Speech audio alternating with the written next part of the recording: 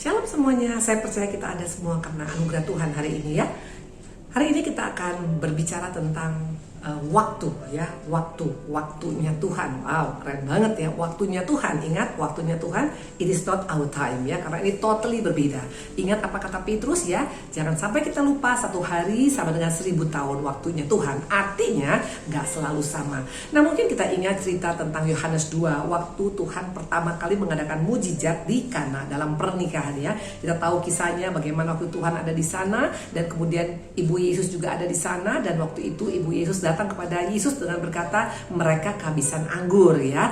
Nah, dikatakan seperti itu dan Tuhan katakan, Yesus katakan belum waktuku Ibu ya.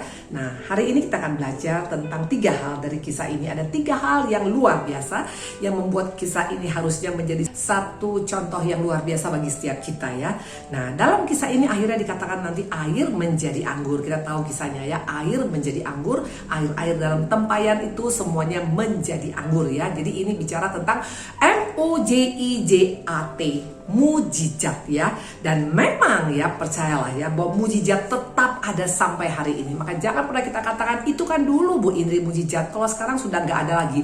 No, kenapa saya berani berkata begitu? Karena buka Ayub 23 ayat 13 ya, bahwa tetapi ia tidak pernah berubah, siapa yang dapat menghalangi dia? Ini artinya apa? Tetapi ia tidak pernah berubah. Firman Tuhan tidak pernah berubah. Siapa yang dapat menghalangi dia? Siapa yang menghalangi firman ya? Karena apa yang dikehendakinya dilaksanakannya juga. Waktu Tuhan berkehendak maka semua pasti akan terjadi. Dan ingat, Tuhan suka memberikan mujizat pada anak-anaknya. Dan mana buktinya bahwa kita harusnya dan pasti mengalami mujizat? Kita tahu dalam Ulangan 20 ayat 4 dikatakan bahwa sebab Tuhan Allahmu, dialah yang berjalan menyertai kamu untuk berperang. Bayangkan, Tuhan menyertai kita. Jadi kita bukan hanya seorang diri waktu menghadapi pandemi ini. Ada penyertaan Tuhan. Ini luar biasa. Dan bukan hanya disertai, dikatakan tadi berperang melawan musuh-musuh kita.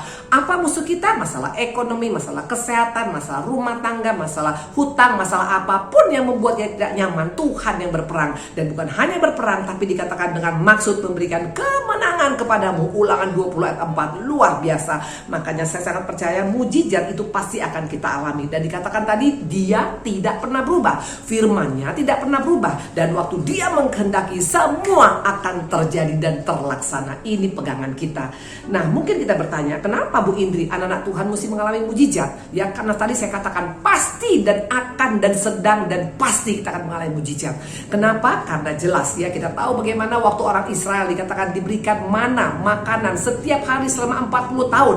Bahkan dikatakan sepatu mereka juga tidak lapuk, baju mereka tidak usang. Dan bukan hanya itu, Lazarus pun juga ingat waktu itu mati dan bangkit. Ini bicara tentang mujizat semua. Coba kita buka Yohanes 11 ayat 4. Dikatakan begini, ketika Yesus mendengar kabar itu, ia berkata, penyakit itu tidak akan membawa kepada kematian, tapi akan menyatakan kemuliaan Allah, sebab oleh penyakit itu anak Allah akan dimuliakan. Jadi artinya apapun masalah yang kita hadapin itu bisa mendatangkan kebaikan yang luar biasa. Makanya hari ini stop curiga kepada Tuhan. Ya, jangan pernah berkata Tuhan gak sayang sama saya, Tuhan gak peduli sama saya. No, apapun yang kau alami saat ini, masalah Lazarus sekalipun yang sudah mati, masalah yang sudah kolaps, yang udah gak bisa ditolong oleh siapapun, makan masalah utang, mungkin masalah kesehatan, masalah rumah tangga yang sudah ada di vonis bercerai sekalipun, Tuhan bisa ubahkan luar biasa. Karena memang mujizat ada untuk menyatakan kemuliaan Tuhan. Ingat bagaimana seorang Yusuf, dia berkata kepada kakak-kakaknya pada saat ayahnya meninggal. Kakak-kakaknya takut dan berkata nanti takut Yusuf membalas dendam. Tapi Yusuf berkata apa? Memang kalian mereka-reka jahat,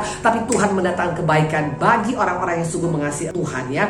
Nah, jadi dikatakan tadi jelas ya, dikatakan tadi jelas bahwa mujizat tetap ada ya. Makanya hari ini mari ya, jangan pernah takut. Kita lihat bagaimana seorang Daniel melalui singa, dia akhirnya mengalami promosi Tuhan. Bagaimana juga seorang Daud melalui singa dan juga beruang yang dia kalahkan, dia menjadi pribadi yang tidak takut menghadapi Goliat. Artinya pengalaman yang tidak baik kita alamin itu sebenarnya untuk modal kita untuk menghadapi perkara besar yang sudah Tuhan sediakan.